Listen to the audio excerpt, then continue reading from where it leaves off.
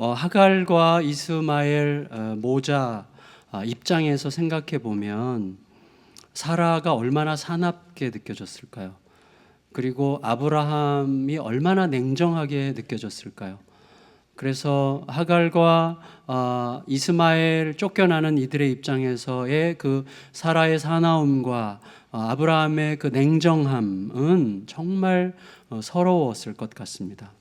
그리고 이들이 어디로 가야 될지도 잘 몰랐어요. 특별히 하갈은 애굽 출신이지만 애굽으로도 갈 곳이 없었던 것 같아요. 그래서 광야를 방황하고 있습니다. 평생 가족으로 있을 거라고 기대했을 법한 그 집으로부터 쫓겨나서 이제 광야를 헤매고 있습니다.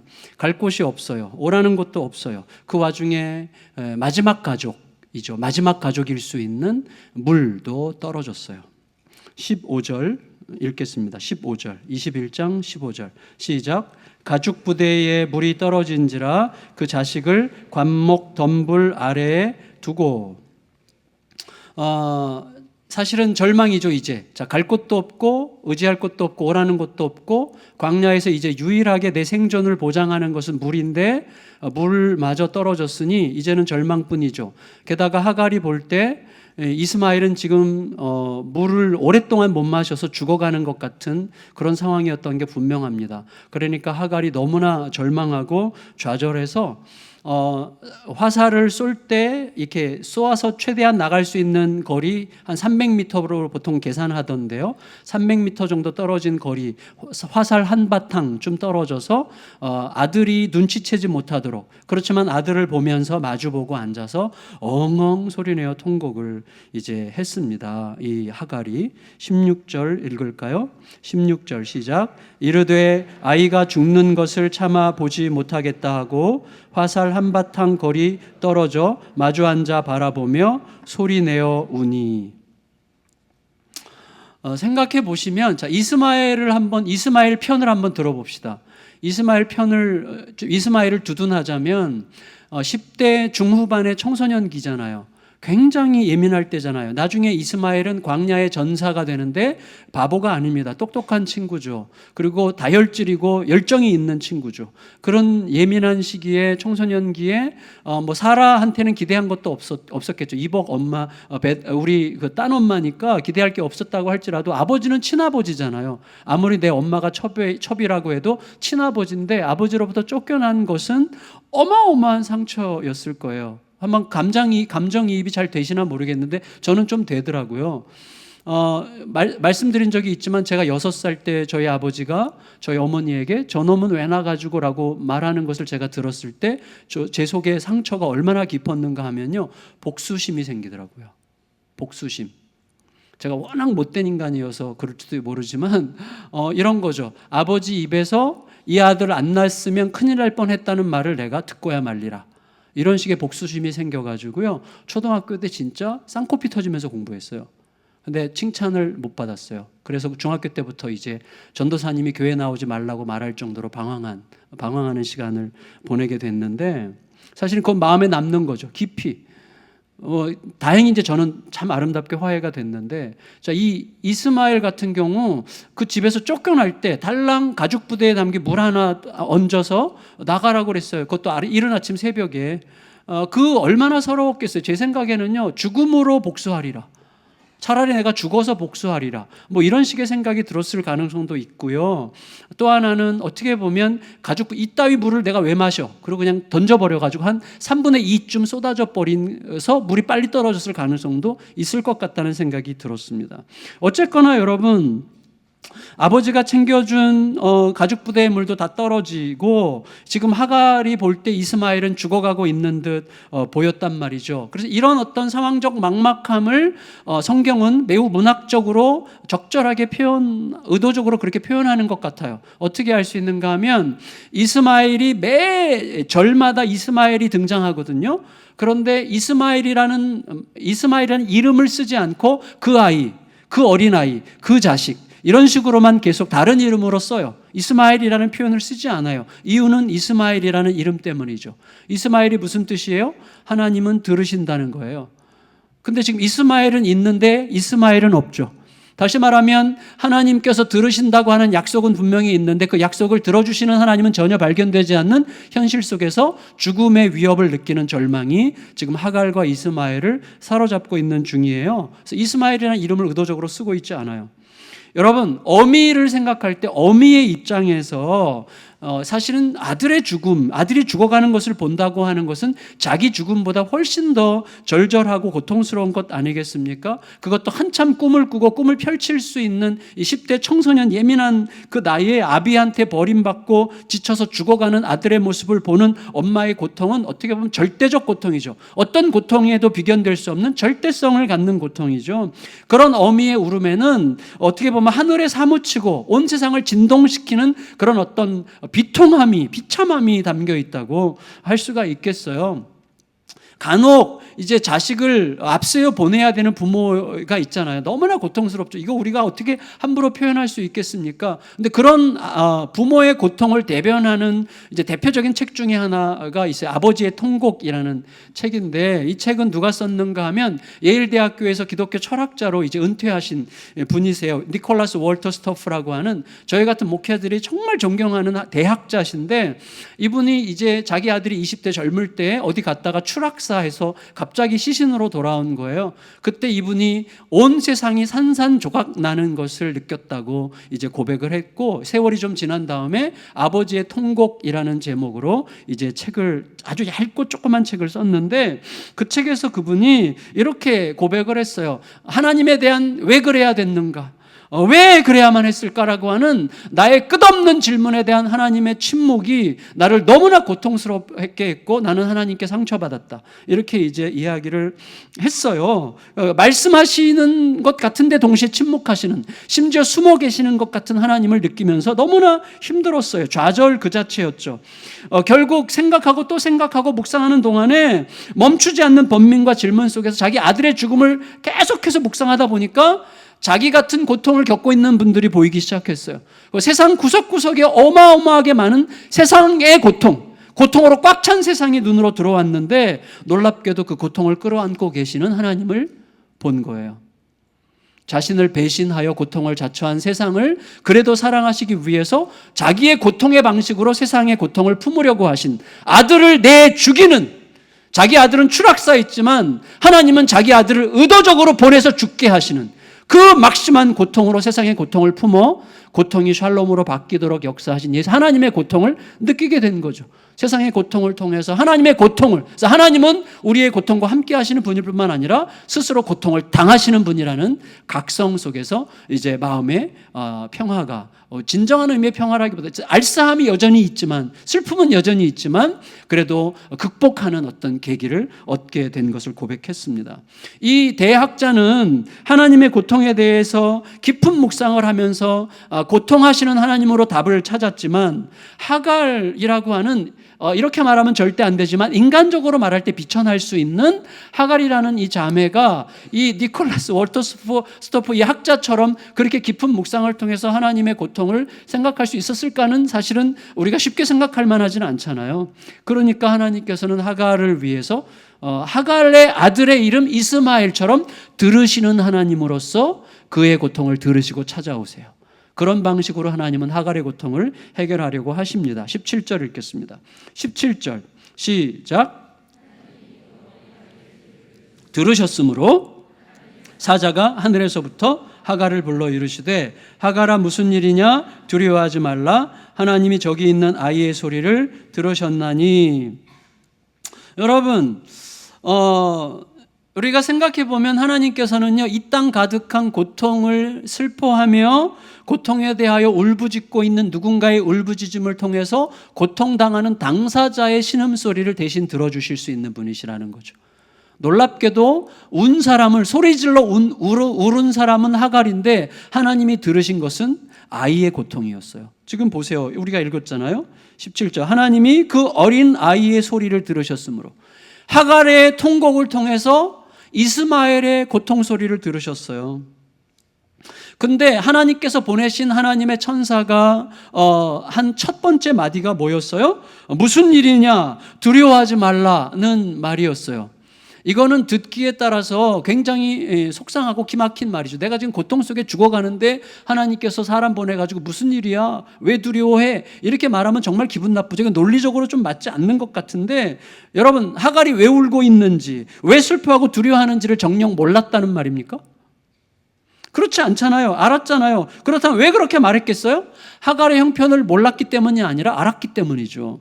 무슨 말인가 하면 하나님은 지금 아브라함에게 요청하셨던 것과 똑같은 믿음을 하갈에게도 요청하고 계시는 거예요. 하갈아, 너가 어떤 상황 속에 있는지를 내가 알고 있다. 하지만 너의 운명을 결정하는 것은 이 절박한 상황이 아니야. 이 절박한 상황이 너의 운명을 결정할 것처럼 너에게 옥죄어 오지만, 너의 운명을 결정하는 것은 이 절박한 상황이 아니라 너에게 약속한 내가 너와 너의 아이의 소리를 지금 듣고 있다는 거야. 너에게 약속한 내가 너와 너의 아이의 소리를 듣고 있다는 사실을 너가 잊지 않았더라면 너가 두려움 속에서도 나에게 구하지 않았겠느냐. 이렇게 지금 반문하고 계시는 셈이죠.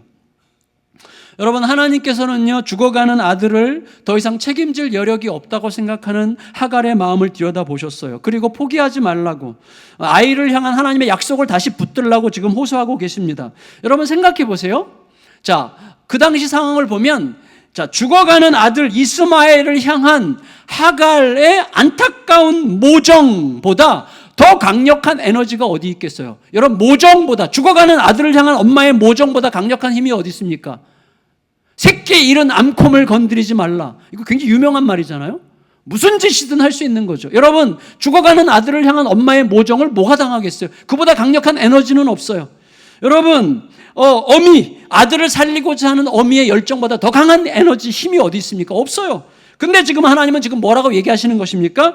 지금 너가 아무리 강한 모정과 아무리 강력한 열정을 가지고 있다고 할지라도 지금 너의 아들을 살릴 수 있는 것은 그 모정과 열정이 아니라 내 약속이야.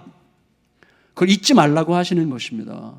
여러분, 우리가 많은 경우에 그래요. 내가 아무리 죽을 것 같은 안타까움을 가지고 있다고 할지라도 그 안타까움이 문제를 해결할 수 없습니다. 우리가 아무리 두려워해도, 아무리 불안해해도, 아무리 초조해해도 우리가 문제 해결 못해요. 하나님의 약속이 넘어서게 할 것입니다. 여러분, 18절 말씀 읽겠습니다. 18절 말씀 시작. 일어나 아이를 일으켜 내 손으로 붙들라. 그가 큰 민족을 이루게 하리라 하시니라. 하나님의 약속이죠. 큰 민족을 이루게 이미 전에 2번 이상 약속하신 내용이죠. 그렇다면 우리가 좀 생각하게 되는 참 약간 엑스트라로 생각하게 되는 대목인데, 뭐냐면 우리도 모르게 자칫 하나님의 사랑이 자기 백성들에게만 배타적으로 쏟아질 거라고 생각하기가 쉬워요. 우리도 모르게. 그리고 그런 은연중 갖게 되는 그런 의식 때문에 하갈처럼 아직 하나님의 약속 밖에 있는 자들을 우리가 대할 때 은연중 작동하는 우월감으로 그들을 판단하고 너무 쉽게 정죄할 때가 있다고 생각이 됩니다. 그것들 이렇게. 하지만 여러분, 이 부분에서 우리는 지금보다 조금 더 정직하고 겸손해야 됩니다. 우리들도 그들이었어요. 여기 지금 예수님 안 믿고 하나님 안 믿지만 가족 따라서 억지로 와 있는 분들, 저는 진짜 존경합니다. 우리가 진짜 존경해야죠. 여러분, 우리가 어떤 배타적 소속감을 가지고 그들에 대한 판단할 자격이 없어요. 우리가 그들이었기 때문이죠. 동시에 나에게 주어진 것은, 하나님으로부터 우리에게 주어진 것은 그들을 판단할 권리가 아니라 그들을 사랑할 권리죠. 물론 여러분, 예수님께서는 마지막 날 예수님의 보좌에서 함께 세상을 심판할 권세를 우리에게 주신다고 약속하셨습니다. 근데 그때 그 심판이라는 건 어떤 의미겠어요? 우리가 심판받아야 될 그들보다 보다 더 옳은 자로서, 객관적인 의로움을 가진 자로서 그들을 마땅히 심판할 자격을 가졌기 때문에 심판하는 것이 아니라, 우리를 부르신 하나님의 거룩한 은혜에 대답하게 하시는 하나님의 은혜가 우리에게 일방적으로 와서 우리를 여금 하나님의 은혜에 대답하게 하신 그 사람으로서 변화되어 살아가는 것 자체가 이미 약속 밖에 있는 자들에 대한 정죄요, 심판이죠. 우리가 변화된 자로 살아가는 것 자체가 이미 세상에 대한 심판이죠. 여러분, 그런 의미가 거기에 더 많이 포함되어 있다는 사실을 기억해야 돼요. 우리가 알지 못하는 심판의 또 다른 의미가 거기에 더 있을 수 있겠지만, 일단 우리가 너무 쉽게 정죄적으로 판단적으로 생각하지 않기를 기대하면서 그런 말씀을 여러분에게 드리고 싶습니다. 어쨌거나 하나님은 하나님의 약속 바깥에 있는 자들에 대해서도 약속하세요. 하갈에 비추어서 그 약속을 지키시는 일에 있어서 대단히 신실하십니다. 따라서 우리들은 세상을 향하는 하나님의 약속, 보세요. 하나님이 요한복음 3장 16절 여러분 다 아시죠? 하나님이 세상을 이처럼 사랑하사요. 하나님이 세상을 이처럼 사랑하사, 세상은 그런 세상이에요. 하나님의 사랑을 받을 자격이 있다면 하나님께서 사랑하시기로 작정하신 세상이죠. 자격이 있는 건 아니지만. 그래서 우리들은요, 세상을 향할 때 세상을 향한 하나님의 약속을 통해서 가는 거죠. 그리고 세상을 향하여 베풀어진 예수님의 사랑을 통해서 세상에 말하는 자로 부름받은 자들이죠. 하나님께서는 하갈에게 약속이 곧 현실이라는 것을 확인해 주십니다. 하나님의 약속이 곧 현실이다. 이걸 어떻게 확인해 주시죠? 갑자기 하갈의 부르짖음을 들으시고 하갈의 눈을 떠서 원래 있었는데 못 봤던 그것을 보게 하시죠. 샘물을 발견하게 하시죠. 여러분 19절 읽겠습니다. 19절 시작. 하나님이 하갈의 눈을 밝히셨으므로 샘물을 보고 가서 가죽 부대에 물을 채워다가 그 아이에게 마시게 하였더라. 참 신기한 게 있어요. 그게 뭐냐면 아마 여기 계신 여자분들은 안 그럴 것 같은데 제가 제 자신에게 늘 경험하는 게 뭐냐면 제가 이런 양말을 오늘 신어야 되겠다 생각하고 그 양말을 찾는데 분명히 없어요. 분명히 없어. 그래서 나중에 아내는 너무 쉽게 가서 그냥 바로 찾아요. 근데 제가 이 차이가 뭐냐를 생각하니까 그 양말을 내가 이미지화한 대로 기억하고 있어요. 그 양말은 빨간색이 좀 더 많은다고 전 생각했는데 빨간색이 살짝 들어가고 다른 색이 더 많은데 저는 빨간색 중심으로 기억해서 빨간색이 많은 양말로 기억하기 때문에 그 지각을, 그 이미지를 가지고 찾으니까 안 보이는 거예요. 내 생각 가지고 찾으니까 안 보이는 그런 경우가 너무 많더라고요. 그런 거랑 비슷한 거죠. 여러분, 하갈이 두려움 속에 삼켜졌고 불안 속에 삼켜졌고 죽음의 위협에 삼켜진 상황에서는 가까이 샘물이 있었는데도 안 보여요. 그때 무엇이 내가 하나님이 책임지신다는 약속으로 인해서 눈이 떠지는 거죠. 마음에 하나님의 평화가 오면서 눈이 떠지면 원래 있었던 그게 보이는 거예요. 어쩌면 우리들 좌절과 의심과 불신에 가려져 있기 때문에 보이지 않던 것이 하나님의 약속에 대한 기억 때문에 보이게 되는 일들이 더러 생기게 될 것입니다. 가장 소중한 것이 가까이 있음에도 불구하고 욕망과 두려움 때문에 보지 못하는 경우들이 얼마나 많습니까? 하나님께서 말씀과 성령을 통해 부디 저와 여러분들의 눈을 항상 좀 밝게 뜨게 하시면 너무나 좋겠습니다. 그런 은혜를 정말 갈망합니다. 결국 하나님의 약속은 하갈 모자에게 약속 그대로 확실하게 이루어졌어요. 이스마엘은 약속대로 건강하게 자라서 광야의 전사가 됐고 엄마의 주선으로 애굽 여인과 결혼했고 이제 새 민족의 조상이 될 준비가 되었습니다. 20절 21절 읽겠습니다. 20절 21절 시작. 하나님이 그 아이와 함께 계심에 그가 장성하여 광야에서 거주하며 활 쏘는 자가 되었더니 그가 바란 광야에 거주할 때에 그의 어머니가 그를 위하여 애굽 땅에서 아내를 얻어 주었더라. 여러분 약간 격가지 이야기인데 자 우리가 하나님께서 하나님의 약속 밖에 있는 자들을 이렇게 신실하게 상대하실 때에 우리도 모르게 일어나는 그럼 우리는 뭐지? 라는 질문을 하게 돼요. 여러분은 너무나 관대해서 아무도 그런 질문 안 하실 것 같은 저는 하게 되더라고요. 그러니까 그런 생각을 자연스럽게 하게 되는데 하나님은 약속 밖에 있는 자들에게도 얼마든지 그런 관심을 베푸실 수 있는 하나님이시죠. 지금 하갈을 통해서 보여주고 계시잖아요. 근데 그렇다고 해도 우리가 아는 게 있어요. 자기 백성을 향한 하나님의 사랑은 결코 작아지거나 축소되지 않죠. 맞죠? 근데 놀랍게도 맞는데 현실적으로는 그렇지 못해요. 그러니까 뻔히 알아요. 하나님의 사랑은 n분의 1로 작아지지 않아요. 여기 1000명이 있으면 1000분의 1만 나의 사랑이 오는 게 아니라 모든 사람에게 1000의 사랑이 다 가게 하시는 하나님이라는 것을 우리가 이론적으로 알고 있지만 내 가까운 옆에 있는 분이 나보다 하나님의 사랑을 훨씬 더 많이 받는 것 같으면 나에 대한 하나님의 사랑은 쪼그라든 것 같은 느낌을 갖고 하나님을 상대하는 방식으로 우리는 살아가죠. 제가 중등부 친구들 기도하는데 한 친구가 기도 제목에 이렇게 썼어요. 제가 너무너무 좋아하는 나의 가장 친한 친구에게 다른 여자친구가 생겼어요. 기도해 주세요. 그래서 제가 물었어요. 야 그러면 걔네 둘이 친하고 너는 따로 떨어져 나온 거야? 너무 슬펐겠다 그랬더니 아니에요. 셋이 같이 만나요. 오 그래? 그럼 셋이서 친해지면 되잖아 그랬더니 아니에요. 그 친구가 저 친구를 나보다 더 사랑하는 것 같아요. 그래서 이제 간절히 서로 손잡고 기도했어요. 셋이서 잘 섞이게 해달라고. 근데 사실은 그 마음이 충분히 이해가 되죠. 하나님께도 그런 방식으로 적용될 수 있는 거거든요. 뻔히 알아요. 뻔히 아는데 우리들의 마음이 그런 방식으로 이상하게 작동하는 것이죠. 나는 뭐지? 이런 식으로. 저 사람은 저렇게 되네. 나는 뭐야? 항상 나는 뭐야? 나는 왜 이래? 내 삶은 왜 이래? 왜 하필이면 나는 이렇게 돼? 이런 식의 생각을 계속 한다는 말이죠. 그러니까 이론적으로는 하나님의 약속이 나에게 전혀 줄어들지 않는다는 것을 뻔히 알면서도 자꾸 그런 마음으로 대하기 때문에, 그래서 우리가 기억해야 될 게 내 감정이 아니라 내 반응이 아니라 하나님의 약속을 자꾸 거듭거듭 기억해야만 하는 것이죠. 결국 여러분, 하나님은요, 약속 밖에 있는 자들이 아니라 약속 안에 있는 자들을 중심으로 역사를 진행하시죠. 동시에 세상을 통해서 자기 백성을 상대하시는 경우들이 간혹 있기는 하지만 고레스같이, 그러나 대부분의 근본적으로는 자기 백성을 통해서 세상을 상대하시고, 그리고 자기 백성을 통해서 세상이 복받게 하시고, 자기 백성을 통해서 세상이 복받게 하기 위해서 자기 백성을 먼저 복되게 하시는 하나님이시죠. 우리가 그 하나님과 함께 가고 있습니다. 그래서 그 이야기가 바로 22절 이하의 이야기라고 할 수가 있겠어요. 여러분, 22절 이하를 우리가 잠깐 묵상할 텐데, 하갈과 이스마엘이 떠났어요. 떠난 다음에 아브라함이 어땠을까요? 사실 아브라함은 우리가 생각할 때도 또 아브라함에 관한 기록들을 보면 다소 온유하고 마음이 여린 사람이죠.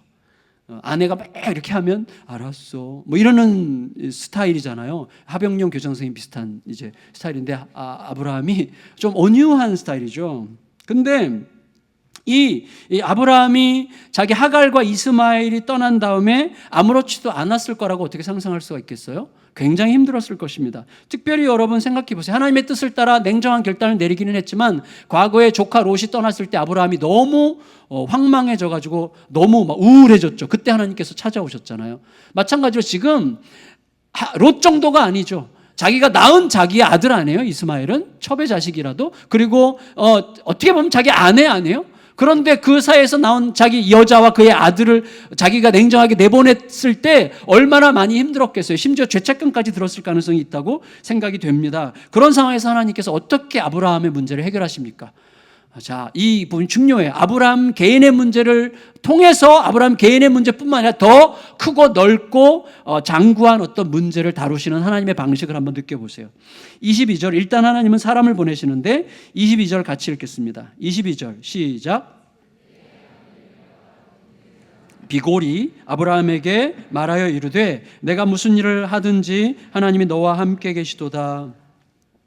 아비멜렉, 여러분 보세요. 아비멜렉은 그랄 왕이에요. 그랄은 어떤 땅이죠? 아브라함이 이삭을 낳기 전 방문했다가 거기서 두려워서 자기 아내를 누이라고 속여서 큰 봉변을 당하고 비겁쟁이가 되었던 땅, 그랄 땅. 그 땅의 왕이 아비멜렉이에요. 근데 이 아비멜렉이 그 아비멜렉인지는 우리가 알 길은 없어요. 왜냐하면 아비멜렉이라는 이 타이틀은 애굽의 왕 바로처럼 모든 왕에게 붙는 호칭이에요. 아비멜렉도. 멜렉이라는 말 자체가 왕이거든요. 그러니까 이 아비멜렉이 그 아비멜렉인지 모르지만 그럴 가능성은 있어요. 어쨌거나 이 아비멜렉이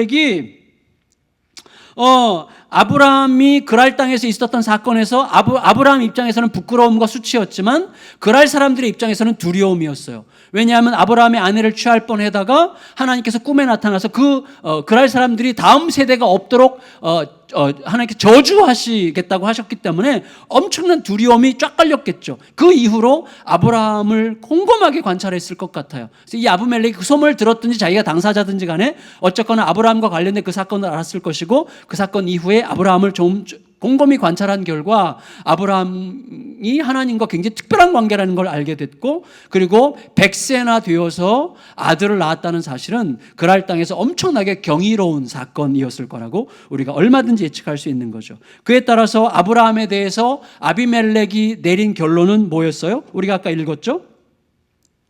뭐였어요?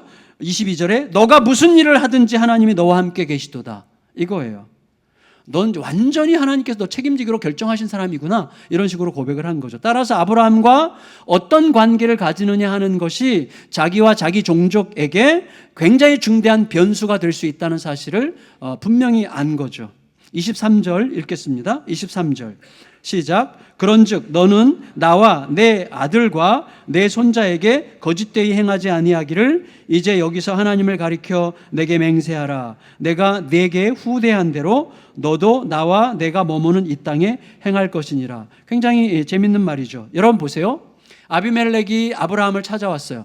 찾아와서 우리가 상호 간에 불가침 조약을 맺고 상호 협력하기로 조약을 맺자라고 제안을 하면서 아비멜렉이 꺼낸 첫 번째 말은 뭐냐면 너 다시는 거짓말하지 마.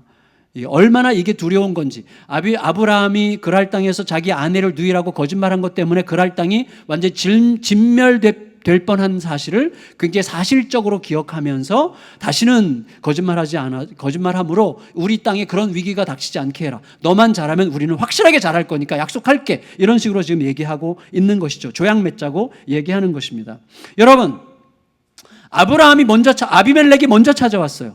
그리고 아브라함의 과거의 수치를 은근히 드러내므로 주도권을 잡는 것처럼 보이지만 사실은 이미 아비멜렉은 하나님께서 그렇게 두렵고 위대하신 하나님께서 아브라함과 함께 하신다는 것에 대한 너무나 명백한 증거를 가졌기 때문에 이미 주도권은 아브라함에게 넘어갔죠. 그래서 아브라함은 아비멜렉이 자기의 부끄러운 과거를 지적할 때 회피하지 않고 그래 내가 약속할게, 거짓말하지 않기로 약속할게 라고 이야기하면서 동시에 자기가 따질 것은 따박따박 따지고 있어요. 주도권이 있기 때문에. 24절 25절 읽겠습니다.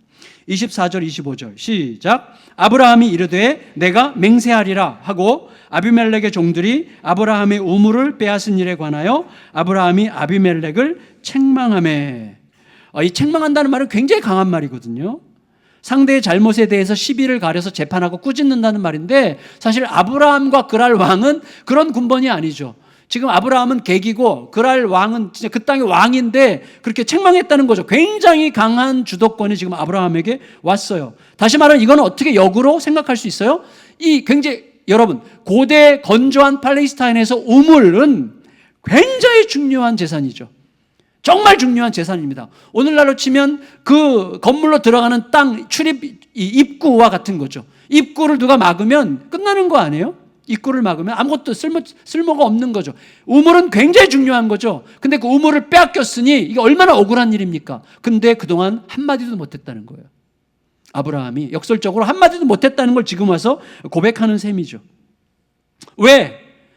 여러분 이 아비멜렉은 지역의 실세예요. 실세 잘못 건드렸다가 무슨 일을 만날지 모르죠. 게다가 아브라함은 그랄 땅에서 비겁자로 지금 소문이 나지 않았습니까? 그러니까 한편으로는 두려움 때문에 한편으로는 자기 자신에 대한 자격지심 때문에 부끄러움 때문에 아무리 억울해도 이거를 항의도 못하고 끙끙 앓고 있었던 상황에서 하나님께서 아비멜렉을 찾아오게 하시고 아비멜렉 입으로 그 놀라우시고 위대하시고 두려우신 하나님이 너와 함께 계시는 거라는 말을 하게 함으로써 아브라함이 비로소 주도권을 잡고 할 말을 하게 되는 그런 굉장한 은혜를 지금 힘입고 있는 거죠. 상황이 완전히 달라진 거예요. 26절. 그래서 아비멜렉이 완전히 수세에 몰렸는데 26절 읽겠습니다. 26절 시작.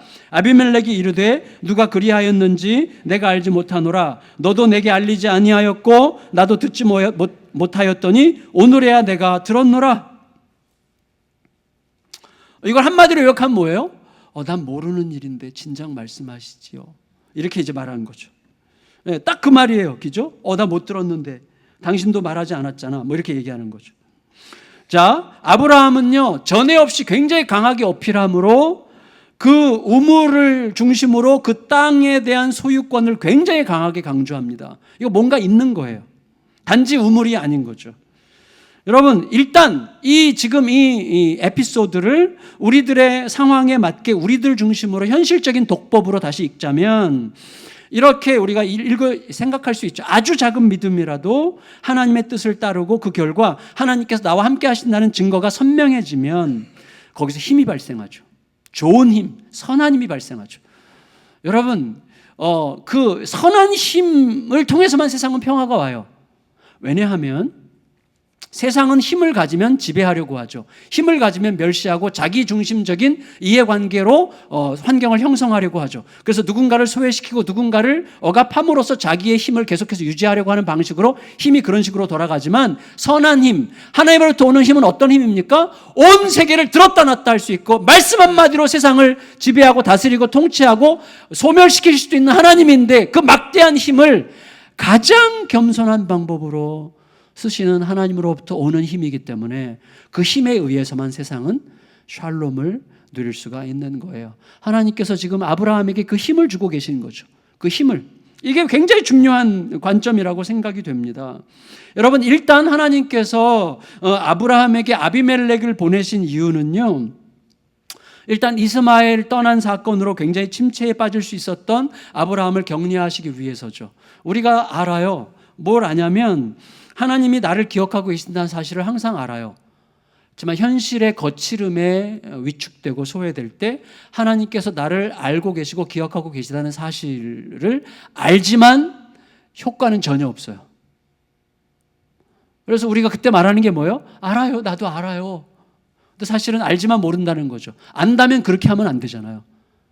안다면 세상이 끝날 것처럼 말하면 안 되잖아요. 안다면 세상이 끝날 것처럼 좌절하면 안 되잖아요. 근데 아는데 안 되는 거예요. 그런 경우에 하나님께서 우리를 위로하시는 방법은 뭐죠? 누군가가 찾아와서 굉장히 객관적인 시선이 하나님께서 나를 알고 계신다는 사실을 나로 하여금 알게 할 때 위로를 받고 격려를 받는 거예요. 예를 들어서 제가 특세하는데 넷째 날쯤 됐는데 엄청 피곤했어요, 사실은. 티는 좀 안 냈는데 너무 힘들어가지고 새벽에 설교를 막 열심히 했는데 끝나고 나서 방에 딱 앉았는데 내가 무슨 말 했지? 너무 멍한 채로 해가지고 내가 무슨 말 했는지 모르겠다고 약간 실족해가지고, 그런 날은요 내가 무슨 말 했는지 성도들이 오늘 설교 통해서 정말 느낀 것도 없고 아무것도 없고 그런 것 같다는 확신이 들면 계속 우울해요. 우울해서 막 제가 좀 슬프려고 했어요. 근데 점심 때 이제 식당에 올라가서 이제 밥을 먹는데 중학생 한 명이 제 옆에 이렇게 와서 저에게 이렇게 얘기했어요. 목사님, 오늘 새벽에 설교 진짜 엄청 좋았어요. 여러분, 사람이 얼마나 간사한지요. 그 말을 듣는 순간 갑자기 눈이 번쩍 떠지면서 막 힘이 확 나면서 막 하나님께서 사용하셨구나, 막 이런 용기가, 중학생이 좋았으면 다 좋은 거야. 막 이런 용기가 막 일어나는 거예요. 용기가. 되게 웃기죠. 그러면 뭐냐면, 그렇다면 우리가 상실감에 빠지게 되는 이유는 하나님께서 나를 아신다는 사실을 분명히 알면서도 현실적인 어려움이나 실패감이 내 마음에서 그 진실을 자꾸 밀어내서 그게 사실이 아닌 것처럼 느끼게 하는 거고, 거기에 우리 너무나 성실하게 대답하기 때문이죠. 그래서 하나님은 이렇게 아비멜렉이라는 사람을 보내셔서 지금 상실감에 빠져 있고 공허함에 빠져 있는 아브라함에게, 야, 너 하나님 진짜 그 놀라우신 하나님이 너 항상 함께 하시더라. 우리 같은 하나님을 모르는 자들이 봐도 넌 진짜 엄청난 축복을 받은 인간이야. 이렇게 객관적인 입증을 통해서 아브라함이 주도권을 잡고 그동안 억울해서 말 못했던 것까지 막 쏟아내면서 막 책망을 하잖아요, 왕을. 그런 용기가 생기는 거예요. 그런 용기가. 그런데 여러분, 아비멜렉이 아브라함을 찾아온 것은 그 이상이겠죠. 그 이상이죠. 하나님은요, 최초에 아브라함을 부르실 때 아브라함에게 어떤 약속하셨어요? 너가 세상에 복이 되게 하리라 그랬어요. 근데 아브라함이 지금 그랄 땅에서 비겁자로 소문이 났는데 복이 되겠어요? 비겁자로 소문난 사람이 어떻게 세상에 복이 되겠습니까? 그 부분을 하나님께서 바꿔주시기 위해서 아비멜렉이 스스로 찾아와 아브라함을 높이는 방식으로 아브라함이 복이 되게 하는 과정을 바꾸시는 것이고, 동시에 뭐예요? 아브라함은 그때 깨달았어요. 하나님께서 나를 통해서 나에게 거듭거듭 최초에 주신 그리고 거듭거듭 확인하신 그 약속을 이루려고 하시는구나. 그러므로 내가 약속을 붙들고 약속에 대답해야 되겠다. 그래서 나와 내 후손에게 주시기로 했던 이 가나안 땅이 나의 후손에게 분명히 돌아갈 것을 내가 확증하기 위하여 계약금을 지불해야 되겠다라고 생각한 거예요. 그 계약금 지불 사건이에요, 이게. 27절에서 31절 읽겠습니다. 27절에서 31절. 시작. 아브라함이 양과 소를 가져다가 아비멜렉에게 주고 두 사람이 서로 언약을 세우니라. 아브라함이 7 암양 새끼를 따로 놓으니 아비멜렉이 아브라함에게 이르되 이 7 암양 새끼를 따로 놓으면 어찌미냐. 아브라함이 이르되 너는 내 손에서 이 암양 새끼 7을 받아 내가 이 우물 판 증거를 삼으라 하고 두 사람이 거기에서 서로 맹세하였으므로 그곳을 브엘세바라. 여러분 잘 보세요. 자, 이 조약 체결의 모든 방식과 과정이 아브라함에 의해서 주도돼요. 아브라함이 조약 방식을 결정하죠. 그리고 조약을 이루기 위하여 보통 이제 그 세레모니를 하기 위해서 공동 식사를 하는데 공동 식사용 재료로 양과 소를 아브라함이 내놓죠. 그리고 나서 이제 그리고 나서 어떻게 특별한 매우 독특한 게 하나가 있는데 암양 제가 번역했다면 새끼 암양이라고 번역했을 텐데 이 번역은 암양 새끼라고 그래서 약간 어감이 좀 안 좋은데 하여튼 새끼 암양 7마리를 내놨어요. 이게 무슨 뜻인가? 7마리 왜 내놨을까? 이게 무엇과 연관되어 있는가 하면 브엘세바와 연관되어 있어요. 브엘세바. 그 땅 이름을 브엘세바라고 그랬는데 왜냐하면 7 암양을 내놨을 때 아비멜렉이 의아했어요. 왜 7마리 암양을 내놓습니까? 라고 얘기했단 말이죠. 그때 아브라함이 설명하죠. 이거는 계약금입니다. 이 땅이 내 소유라는 것을 확증하는 담보금입니다. 이렇게 설명을 했어요. 우리가 읽었어요 지금. 근데 그럼 그게 무슨 의미입니까? 왜 근데 7마리입니까? 브엘세바라고 할 때 그 브엘이 우물이고 원래는 쉐바인데 쉐바가 7이라는 뜻이에요. 그러니까 이것은 지금 7개의 우물을 그 그랄 목동들이 뺏어갔다는 뜻이에요. 7개의 우물에 대한 뭐랄까 그 담보금으로 이 7개의 우물이 아브라함의 소유가 확실하다는 것을 확증해 주기 위한 담보금으로 7마리 암양을 낸 거예요. 그래서 부엘쉐바 7개의 우물이에요. 근데 이 쉐브아라는 말은 7이라는 뜻도 있지만 사실은 맹세라는 뜻도 거기에 담겨 있어요. 약간 단어가 다른데 같이 쓸 수도 있어요. 그래서 맹세의 우물 혹은 7개의 우물이에요. 그러니까 이게 합쳐지면 부엘세바가 뭐예요? 7개의 우물에 대한 소유권을 확증함으로 하나님께서 너와 내 자손에게 이 땅을 주겠다는 약속에 대한 계약금을 지불함으로 하나님의 약속이 오늘 현실에 대하여 뭐라고 말하고 있는지에 대해 좀 대답한 거예요. 하나님이 주신 약속이 오늘 이 사건에 대하여 뭐라고 말하고 있는가를 묻고 이거는 이 땅에 대한 권리를 소유권을 도장 찍어 놓으라고 하시는 거구나. 그래서 7마리 암양으로 부엘세바의 도장을 꽝 찍었어요. 계약서에. 그래서 부엘세바는 나중에 하나님의 약속의 땅에 대한 가장 두드러진 그 상용 표현이 있어요. 그게 뭐냐면 단에서 부엘세바까지라는 뜻이에요. 이게 하나님께서 약속하신 가나안 땅에 대한 가장 전형적인 표현이에요. 단은 가장 북쪽이고 부엘세바는 가장 남쪽 경계선이에요. 그래서 단에서 부엘세바까지 그러면 하나님의 약속의 땅에 대한 하나의 상징이죠. 그러니까 아브라함은 그렇게 해서 도장을 꽝 찍어 오늘 이 사건이 하나님께서 원래 주셨던 약속의 성취가 되게 하는 방식으로 지금 행동하고 있는 것입니다. 여러분 이게 우리에게 뭘 얘기해 주죠? 우리의 오늘의 어떤 태도를 격려하고 있다고 생각이 됩니다. 여러분 이런 거예요. 자, 저를 보세요. 말씀을 정리할게요. 그리스도인이 이 험한 굉장히 예민한 이해관계 속에서 돌아가는 세상 한가운데서 살아간다고 하는 그리스도인으로 살아간다고 하는 것은 우리는 일단 양보하고 견디고 참고 용서하고 살아가는 거다라고 하는 이런 몇 가지 덕목에 의존해 있으면 망합니다. 용서를 다른 방식으로 해야 될 때가 있고요. 참지 말아야 될 때가 있고요. 말해야 될 때가 있고요. 기다리지 않아야 될 때도 있는 거예요. 용서하고 기다리고 참고 인내하라는 이런 몇 가지 어떤 괜찮아 보이는 덕목에 의존하면 아무것도 안 되는 거예요. 그런 덕목이 우리를 끌고 가는 게 아니라 뭐가 끌고 가요? 약속이 끌고 가는 거예요. 약속이. 그래서 뭐예요? 하나님이 우리를 부르셨죠. 여러분 잘 들으세요. 하나님이 여러분을 이 자리에 부르시고 하나님의 백성으로 부르셨다는 건 뭐예요? 약속이에요. 어떤 약속이죠? 내가 너를 영원토록 책임질게. 그 약속이에요. 그러면 그 약속의 근거에서 오늘 내 삶에 펼쳐진 나를 둘러싸고 나를 옥죄해 오는 현실에 대하여 그 약속이 뭐라고 말하는지를 물어야 돼요. 그 약속은 오늘 나의 현실에 대하여 뭐라고 말하는가, 그리고 그 약속의 근거에서 하나님께 질문을 하는 방식으로 하루하루를 살아가는 자들이 그리스도인들이지, 그리스도인다운 어떤 덕목들 몇 가지에 매여서 살아가는 자들이 아닌 거예요. 그래서 매일 하나님의 은혜가 나를 압도하고 하나님의 약속에 대하여 하나님의 은혜를 의지하여 그 약속이 오늘 나의 현실에 대하여 뭐라고 얘기하는지를 질문하고 그 질문에 행동으로 대답하는 방식으로 살아가는 게 그리스도인들이죠. 어떤 때는 분노할 수도 있어요. 이 독사의 새끼들아. 예수님께서 하신 말씀이에요. 성경이 너무나 잘 번역했어요.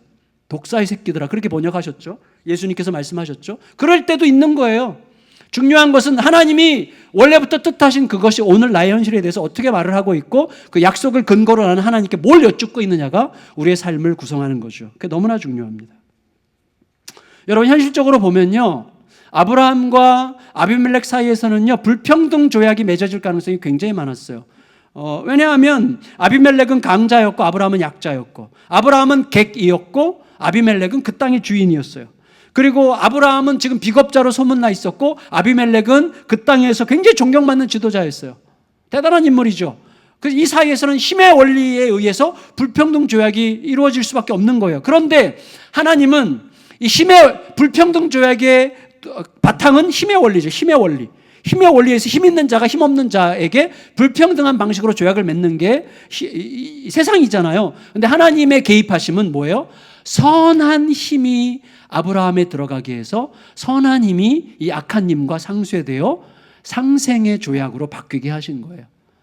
그래서 세상이 살려면 그리스도인들 안에 하나님으로부터 오는 선한 힘이 계속 들어가야 돼요. 그 선한 힘은 어디서부터 옵니까? 하나님이 통치자고 주인이시고 하나님이 전부고 아버지세요. 근데 그것을 우리는 매우 교만한 방식으로 세상을 멸시하는 게 아니라 세상을 존중하고 사랑하는 방식으로 표현하는 거예요. 그래서 세상에 불평등 조약이 아니라 상생의 조약의 샬롬이 시작되게 하시는 것이죠. 말씀을 마칠게요. 여러분, 우리는 이 아브라함 에피소드를 통해서 우리를 세상의 소금이라고 하신 예수님의 말씀의 그림자를 볼 수가 있습니다. 소금의 특성 아시죠? 소금은 소금이 되어야만 소금의 역할을 하죠. 예수님께서 말씀하시잖아요. 소금이 그 맛을 잃으면 무엇으로 짜게 하리요? 사람들에게 밟힐 뿐이니라. 이거 굉장히 중요한 말씀이죠. 그리스도인은 그리스도인이 됨으로만 세상을 도와줄 수 있습니다. 지난 1월 달에 우리 교회 부흥회 때 우리 말씀하신 정민영 선교사님의 핵심 중에 하나가 뭐예요? 성도들이여 성도들이 되십시오. 그래야 가장 세상에 유익을 줄 수 있습니다. 지난 6월 달에 저희 교회도 도움을 많이 받고 있는 팀 켈러 목사님이 영국 의회가 초청을 해가지고 영국 의회에 가서 설교를 하셨는데 설교를 제가 이제 들었어요, 최근에. 근데 그 핵심은 이거예요. 팀 켈러 목사님의 설교 핵심. 서구 사회예요. 영국과 서구 사회예요. 이 모든 세계를 지금 지배하고 있는 것은 자기 만족과 자기 추구, 자기 욕망을 마음껏 추구하고 경쟁적 세상에서 상대적 우위를 점하라고 하는 가치를 끝없이 전하고 있는데 서구 사회요, 명심하십시오. 역사 속에서 이러한 방식은 한 번도 역사에 기여한 적이 없고 진짜로 역사에 기여한 것은 자기를 깨뜨리고 희생시키는 그리스도의 정신으로 힘을 획득한 그리스도인들에 의해서만 세상은 진정한 평화를 누릴 수가 있었습니다. 따라서 여러분, 그리스도인들을 향해서 너희들도 우리처럼 행동해라고 말하지 마십시오. 여러분이 진정한 혜택을 받으려면 그리스도인들에게 그리스도인답게 살라고 여러분이 말씀하셔야만 여러분들의 혜택을 받게 될 것입니다. 이런 얘기를 했어요. 여러분, 정말 멋진 이야기라고 생각이 됩니다. 여러분, 예수님께서는요, 세상의 모든 어두운 욕망을 가장 급진적으로 거스리셨어요. 자기를 깨뜨리는 방식으로. 그래서 우리에게 생명을 주셨죠. 따라서 우리들은요, 자기 욕망을 추구하는 세상의 가치에 굽신거릴 필요도 없고 그 주변을 얼쩡거릴 필요도 전혀 없어요. 제가 사실 얼마 전에 슬펐는데 어떤 모임에 가서 좀 우리나라에서 잘 나가는 국회의원이 그 자리에 왔는데 막 서로 거기 줄 서서 사진 찍느라고 막 그러는데 제가 당연히 그럴 수 있죠. 근데 약간 슬프더라고요. 약간 슬펐어요. 다 그리스도인들인데 국회의원이면 국회의원이지. 근데 너무 막 이렇게 막 이러니까 좀 슬프더라고요. 근데 여러분, 우리들은요, 자기 욕망을 추구하는 세상의 가치에 굽신거리거나 그 주변을 얼쩡거리지 않고 더욱 급진적으로, 더욱 절대적으로 예수님께 소속되려고 함으로써만 세상을 가장 유익되게 하는 존재로 부름받은 거예요. 그래서 다른 대단한 객관적 조건으로 세상에 영향력을 끼치려고 하기보다 진짜 그리스도인이 되는, 그리스도로 사는, 아까 우리 마더와이즈가 찬양했지만 예수로 사는 그 길을 통해서만 우리들은 세상을 가장 유익하게 하는 존재가 되는 것입니다. 바라기는 우리 모두가 힘들어도 여전히 아무리 그렇게 살아도 아무것도 안 변하는 것 같이 보여도 괜찮아요. 결국은 변하고 있는 중이에요. 왜? 하나님이 살아계시기 때문에.